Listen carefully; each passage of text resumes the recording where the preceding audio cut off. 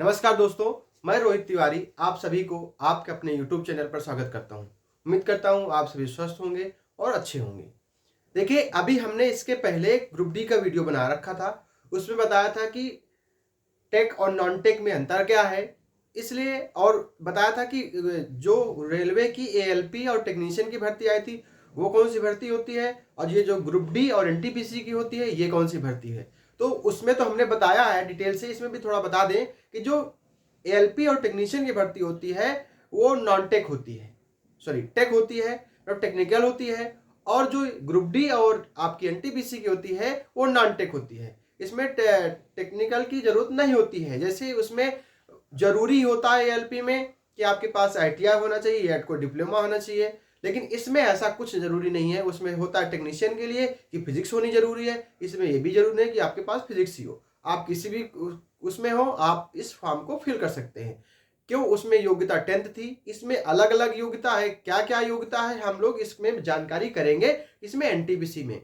देखिए, NTPC और group D में थोड़ा सा अंतर ये है कि जो लेवल 1 होता है, आपने सुना होगा कि RRB ग्रुप डी लेवल 1, तो लेवल 1 ग्रुप डी की होती है। उसके बाद 2, 3, 4, 5, 6 तक होती है वो NTPC की होती है। इसके बारे में हम लोग जानकारी करेंगे जो बोर्ड में लिखा है उसके थ्रू। सबसे पहले आपसे ये कह दें, आपसे निवेदन है कि आप लोग चैनल को सब्सक्राइब जरूर कर लिया करें। चैनल को सब्सक्राइब करने के बाद वीडियो को पूरा देखें और उसको लाइक जरूर करें, दोस्तों के साथ शेयर करें, बेल आइकन दबाना ना भूलें। यदि आपको कोई प्रॉब्लम है तो उसमें आप कमेंट के माध्यम से बता सकते हैं कि इसमें ये है, तो उसमें कुछ सुधार किया जा सकता है या आपको बताया जा सकता है। ठीक है, हम लोग चलते हैं NTPC की तरफ। NTPC में सबसे पहले देखिए, अभी पोस्ट के बारे में हम लोग बात नहीं करेंगे, ठीक। सिलेबस के बारे में बात करेंगे। सिलेबस में जो सब्जेक्ट के सिलेबस है, जैसे मैथ का है, GS रीजनिंग का है, जो उसमें सब्जेक्ट में पेपर में जब जो आपके सब्जेक्ट है उसमें से चैप्टर के बारे में किसी एक अगले वीडियो में उसकी चर्चा करेंगे। अभी जो जो आता है हम उसके बारे में जानकारी करेंगे। देखिए, पहले सबसे पहले तो NTPC non technical popular category होती है। इसका फुल फॉर्म होता है NTPC की वैकेंसी का नोटिफिकेशन जारी कर दिया गया है। ठीक है, उन्होंने पहली बार ऐसा हुआ है कि उन्होंने पहले से पहले जारी कर दिया कि अब से अब पेपर होंगे, मतलब अब से अब फॉर्म भरा जाएगा। ठीक है, तो सबसे पहले इसमें बात करें तो इसमें एज के बारे में अगर बात करते हैं, एज में तो देखो अलग अलग है। लेवल 2 और लेवल मतलब 2, 3 और 4, 5, 6 अलग अलग लेवल है। उसमें से देखा गया है कि जो लेवल 2 और 3 है वो उनकी एज है 18 से 30। कितनी है? 18 से 30। लेकिन जो लेवल 4, 5, 6 के लिए फॉर्म भरेंगे उनकी एज है 18 से 33। कितनी है? 18 से 33। अब अगर यहाँ पे एक चीज और देखा जाए कि जो LP का आपने फॉर्म फिल किया होगा तो LP में देखा होगा कि गवर्नमेंट की तरफ से एज रिलैक्सेशन दी गई है कि सभी को, जनरल हो, OBC हो, SC ST, सभी को 3 साल का एक अलग से मिला है कि आप 3 साल 18 से 33 साल कर दी गई। मतलब अभी तक 30 थी मान लीजिए, तो उसमें 18 से 33 कर दी गई, 3 साल का आपको लाभ मिलेगा।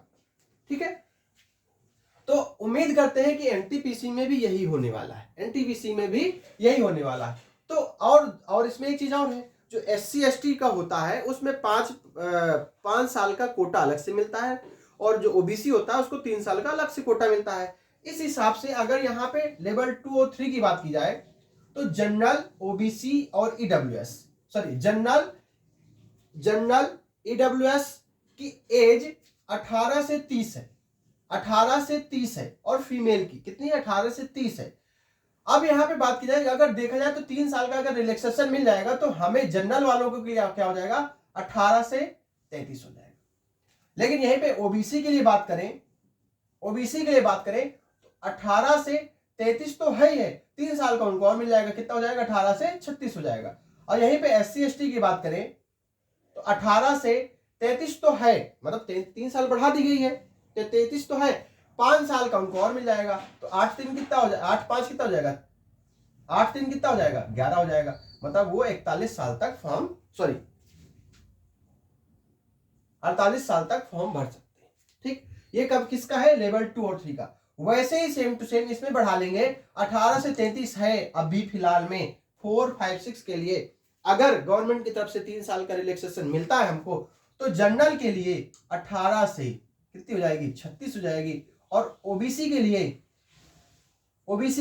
36 से 3 बढ़ा दीजिए, 18 से 39 हो जाएगी। और अगर SC ST की बात करें तो 36 तो है भाई, 3 साल सबके लिए मिलेगा, तो 18 से अब यहाँ पे 36 कितना हो जाएगा 41, खत्म। ठीक है, ये आपकी एज की बात थी। सभी लेवल 2 और 3 के लिए अलग एज है और लेवल 4, 5, 6 के लिए अलग है। ठीक, पोस्ट की बाद में बात करेंगे, पहले फीस की बात कर लेते हैं। 500 रुपया फीस जनरल, ओबीसी और ईडब्ल्यूएस की है। ठीक है, 250 रुपया फीस है आपकी महिलाओं की और SC ST की। ठीक है, इसमें से जब आप फॉर्म फिल करेंगे, जब आप पेपर दे लेंगे कौन सा CBT 1, तो आपकी 400 रुपया फीस मतलब 390 रुपया फीस वापस हो जाएगी और इनकी पूरी फीस वापस हो जाएगी। ठीक है, अब योग्यता की बात करें, देखिए योग्यता में भी लेवल 2, 3 और 4, 5 की अलग अलग योग्यता है, अलग अलग योग्यता है। सबसे पहले 2, 3 में 12th पास होना चाहिए, 12th पास होना चाहिए। अंडर ग्रेजुएट जिसको बोलते हैं, क्या होते हैं, अंडर ग्रेजुएट बोलते हैं। मतलब 2, 3 वाला व्यक्ति अगर वो 12th पास है, 12th पास है तो 2, 3 भर सकता है, 2, 3 भर सकता है, लेकिन इसके लिए ग्रेजुएशन होना चाहिए, ग्रेजुएशन होना चाहिए। 4, 5, 6 के लिए ग्रेजुएशन होना चाहिए। ध्यान दें, 4, 5, 6 वाला जो फॉर्म भरेगा ग्रेजुएशन है, उसने 12th किया होगा, तो वो व्यक्ति जिसने ग्रेजुएशन किया है वो 2, 3, 4, 5, 6 तीनों भर सकता है। लेकिन जिसके पास यदि 12th है, उसके अभी ग्रेजुएशन उसका कंप्लीट नहीं हुआ है, तो वो सिर्फ 2 और 3 लेवल 2 और 3 ही भर सकता है।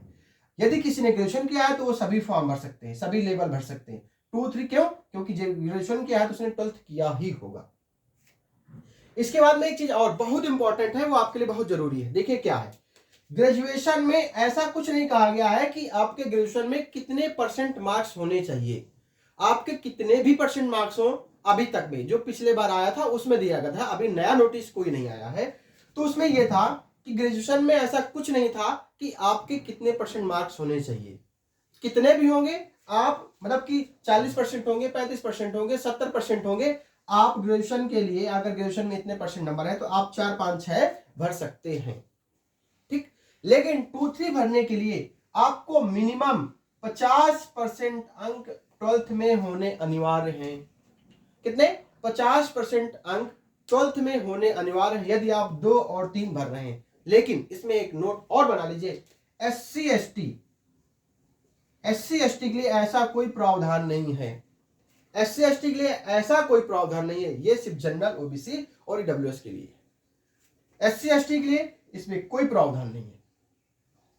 2, 3 को भरने के लिए जनरल वाले को 50% अंक आना अनिवार्य है, लेकिन 4, 5, 6 के लिए ग्रेजुएशन में कोई अनिवार्यता नहीं है। लेकिन SC ST के लिए 2, 3 में कोई अनिवार्य नहीं है कि आपके 50% होने चाहिए, उनको ये एक छूट मिली है। ठीक है, उसके बाद आते हैं फॉर्म भरने के बाद आपका पेपर होगा, कौन सा हो जाएगा, कंप्यूटर बेस्ड टेस्ट, CBT 1 जिसको बोलते हैं, क्या बोलते हैं, CBT 1 बोलते हैं। ठीक है, CBT 1 पेपर होगा, सभी के लिए कॉमन होगा, चाहे वो 2 हो, 3 हो, 4 है, 5 हो, 6 हो, कुछ भी हो, उसके लिए कॉमन होगा। और ये पेपर जो होगा वो क्वालिफाइंग नेचर का होगा। किसके होगा? क्वालिफाइंग नेचर का होगा। ध्यान दें, जो पहला पेपर होगा, पहले सब सिलेबस की बात कर ले, फिर बताएंगे। मैथ, रीजनिंग, GA आएगी, इसमें सारी चीजें होंगी, साइंस भी होगी, हिस्ट्री भी होगी, पॉलिटी भी होगी, सारी चीज होगी 40 नंबर में। ठीक है, कितने? 40 नंबर, सब 40 इस 40 का होगा। ठीक है, हमने देखा 100 question 100 number, 100 question 100 number, time है 90 मिनट का, माइनस मार्किंग है 1/3। ठीक, ये क्वालिफाइंग नेचर होगा।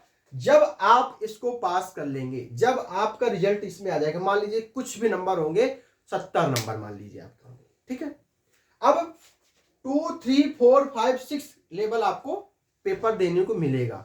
कब मिलेगा? ध्यान दें, देखिए एक डिसाइड की जाती है कट ऑफ, जैसे 2 के लिए अलग, लेवल 2 के लिए एक अलग कट ऑफ होगी, मतलब 2, 3 के लिए अलग कट ऑफ होगी, और 4, 5, 6 के लिए एक अलग कट ऑफ निकलती है। उसमें भी 4, 5, 6 में भी, जैसे मान लिया हमने एक मान लिया 40 नंबर कट ऑफ गई, 40 नंबर कट ऑफ 2 और 3 की गई, मतलब यदि 40 नंबर आपके हैं CBT 1 में, तो आप सिर्फ और सिर्फ 2 और 3 भर सकते हैं, अभी माना हमने। ठीक है, लेकिन एक कट ऑफ जारी की गई 45 नंबर की, यदि आप 45 नंबर है तो 2 भी भर सकते हैं, 3 भी भर सकते, मतलब 2 का भी पेपर दे सकते हैं, 3 का भी पेपर दे सकते हैं, 4 का भी पेपर दे सकते हैं। ठीक, यदि आपने 50 नंबर है, मतलब अब उसके लिए 5 और 6 के लिए 50 नंबर कट ऑफ कर दी, बढ़ा के कट ऑफ की जाती है, क्योंकि अच्छी पोस्ट होती है 5 6 4 5 6 अच्छी पोस्ट होती है, तो जितना लास्ट में जाएंगी कट ऑफ बढ़ती जाएगी।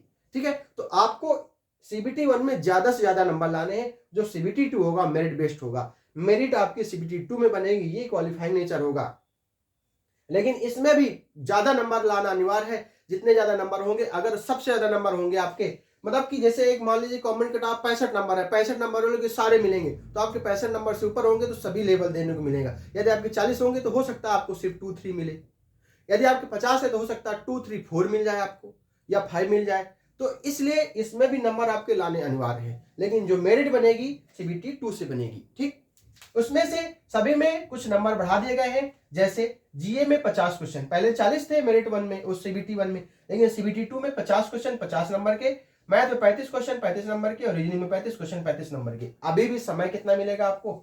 90 मिनट का ही मिलेगा, और माइनस मार्किंग कितनी की होगी? 1/3 की होगी। ये था एनटीपीसी का पूरा निचोड़।